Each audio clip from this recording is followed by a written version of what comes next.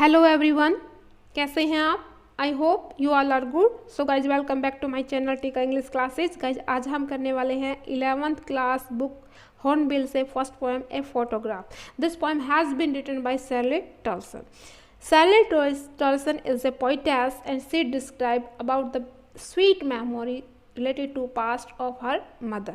वो अपनी माता जी से रिलेटेड पुरानी यादों को किस तरीके से व्यक्त करती हैं, उन सब के बारे में आज हम पढ़ने वाले हैं।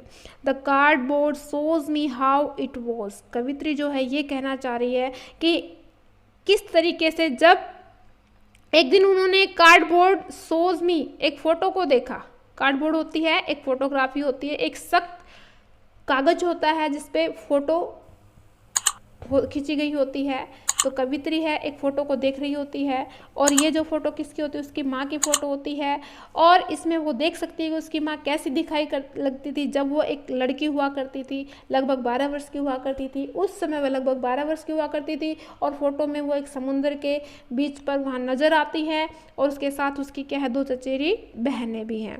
When the 2 girls cousins went paddling, कहते हैं कि ये वर्णन करती है उस फोटो का जिस फोटो के अंदर एक फ़ोटो है भाई, इस फोटो के अंदर यहाँ पर पोएटेस की मदर है और दूसरी इस साइड इसकी एक चचेरी बहन है और दूसरी साइड एक चचेरी बहन यहाँ पर है और किस तरीके से यहाँ समुद्र बीच पे एंजॉय कर रहे होते हैं। तो उन पुरानी यादों को जो कवित्री है वो ताज़ा करती है।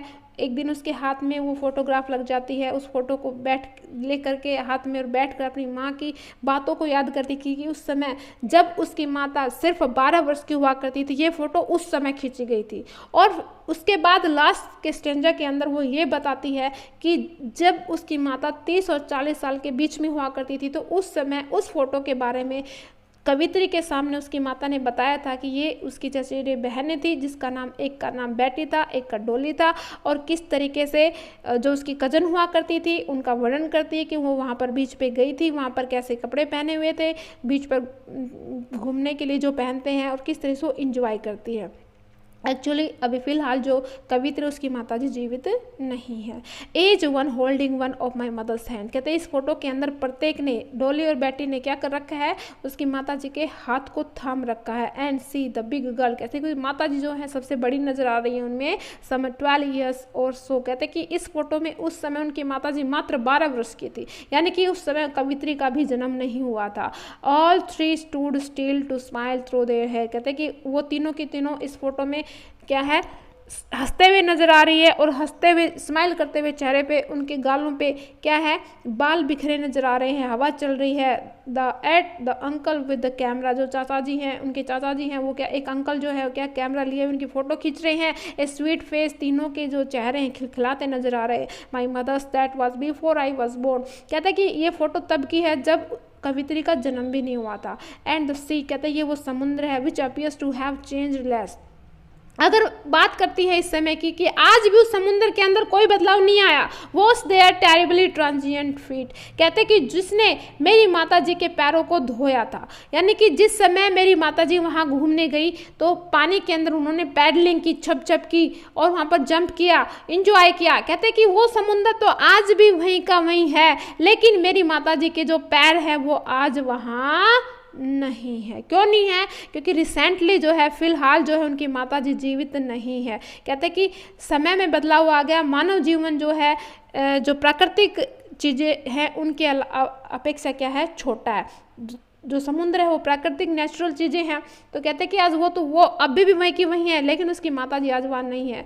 सम 20 और 30, अब नेक्स्ट स्टेंजा के अंदर सिचुएशन बदल चुकी है। देखिए, कहते हैं कि इससे पहले वाली जो फोटो के अंदर सिचुएशन है, उसकी माताजी 12 साल की नज़र आ रही हैं और कहते हैं कि सम 20-30 ईयर्स लेटर, कहते हैं 20-30 साल बाद की बात है, लगभग 30-40 के बीच में। से would laugh at the snapshot, कहते कि मेरी माताजी इस फोटो को लेके हंसा करती थी। सी, और कहती थी देखो देखो बेटी एंड डोली, अरे देखो डोली, उनकी 2 कजन हुआ करती थी, उनके नाम थे ये। सी वुड से, वो कहा करती थी क्या, एंड लुक हाउ दे, देखो देखो कैसी नजर आ रही हैं ये, dress as for the beach, हमने बीच पर घूमने वाली ड्रेस पहनी हुई थी।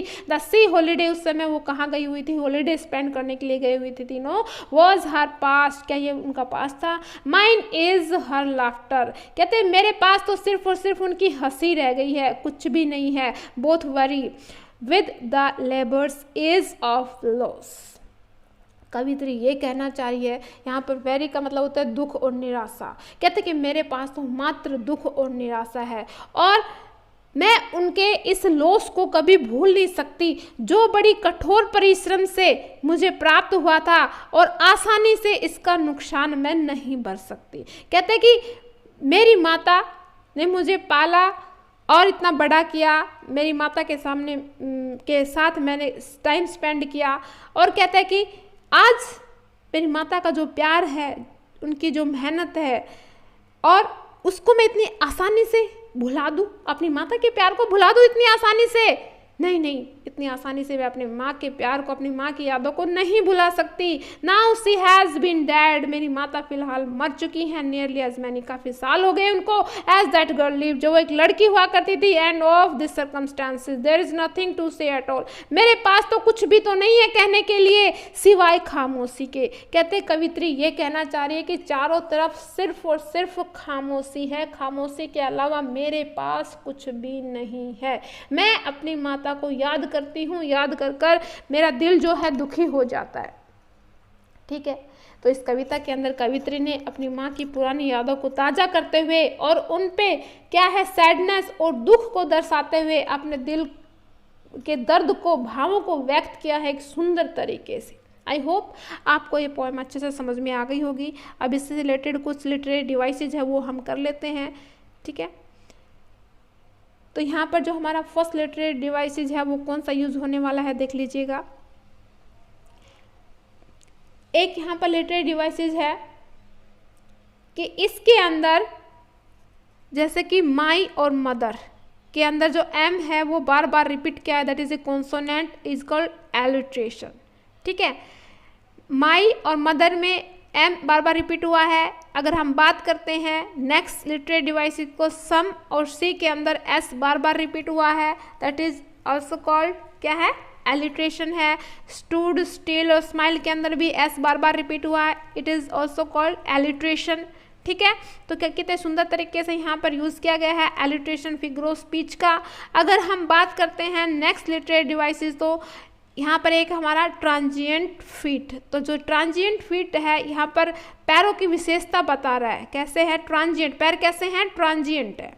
ठीक है, और यहाँ पर कह रहा है कि जो कवित्री है कि transferred epithet figure of speech का यूज किया है, इसके अंदर transferred epithet figure of speech का यूज किया है। दूसरा अगर हम ले सिर्फ और सिर्फ किसमें ट्रांजिएंट फीट के अंदर, तो transferred epithet figure of speech का यूज हुआ है। अगर हम दूसरी बात करें सिर्फ और सिर्फ फीट के अंदर, तो यहाँ पर क्या है स्नैक डॉग है। कौन सा फिगर ऑफ स्पीच है स्नैक डॉग। स्नैक डॉग का मतलब होता है, इसका मतलब होता है कि वन पार्ट को होल के रूप में और होल को वन पार्ट के रूप में दर्शाया गया है। अभी आप फीट का मतलब क्या होता है पैर, पैर किसके होते हैं इंसान के होते हैं, कंप्लीट बॉडी हो तभी तो पैर काम करेंगे, तो यहाँ पर क्या है स्नैक डॉग है।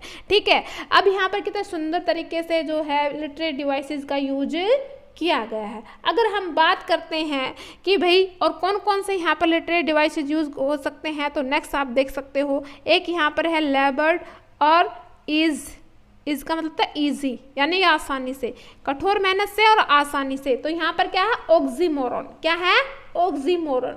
यहाँ पर कौन सा अलंकार यूज किया गया है ऑक्सीमोरन का। ठीक है, जिसको विरोधाभास भी कहते हैं। तो कितने सुंदर तरीके से यहाँ पर यूज किया गया है। अगर हम बात करते हैं नेक्स्ट लिटरेरी डिवाइसेस, एक यहाँ पर आप देख सकते हो कि इस पैराग्राफ के स्टेंजा के अंदर इंजैममेंट का यूज हुआ है और इस कंप्लीट पोएम के अंदर इंजैममेंट का यूज हुआ है। ठीक है, इंजैममेंट का मतलब होता है जब एक लाइन के लास्ट में कोई आपके पंक्चुएशन मार्क्स ना हो, नेक्स्ट लाइन में जाकर के वो लाइन कंप्लीट हो रही है। जैसे कि आप देख सकते हो पहले स्टेंजा के अंदर ये वाली लाइन है, यहाँ पर कोई भी आपका पंक्चुएशन मार्क्स नहीं है, नेक्स्ट में है। ठीक है, इस लाइन में कोई भी नहीं है, नेक्स्ट में है, तो यहाँ पे इंजैममेंट है। इस लाइन में इस स्टेंजा के अंदर भी इंजैममेंट है। अगर हम बात करें तो इसके अलावा किस किस में है देख सकते हो आप, यहाँ पर भी क्या है इंजैममेंट है। ठीक है, अगर एक और लिटरेरी डिवाइसेस का अगर हम बात करते हैं कि साइलेंस, यहाँ पर जो है साइलेंस वर्ड बार बार रिपीट हुआ है, दैट इज कॉल्ड रिपीटेशन। क्या है रिपीटेशन है। आई होप आपको ये पोएम अच्छे से समझ में आ गई होगी। मिलते हैं नेक्स्ट वीडियो में नेक्स्ट टॉपिक के साथ। तब तक के लिए goodbye and take care.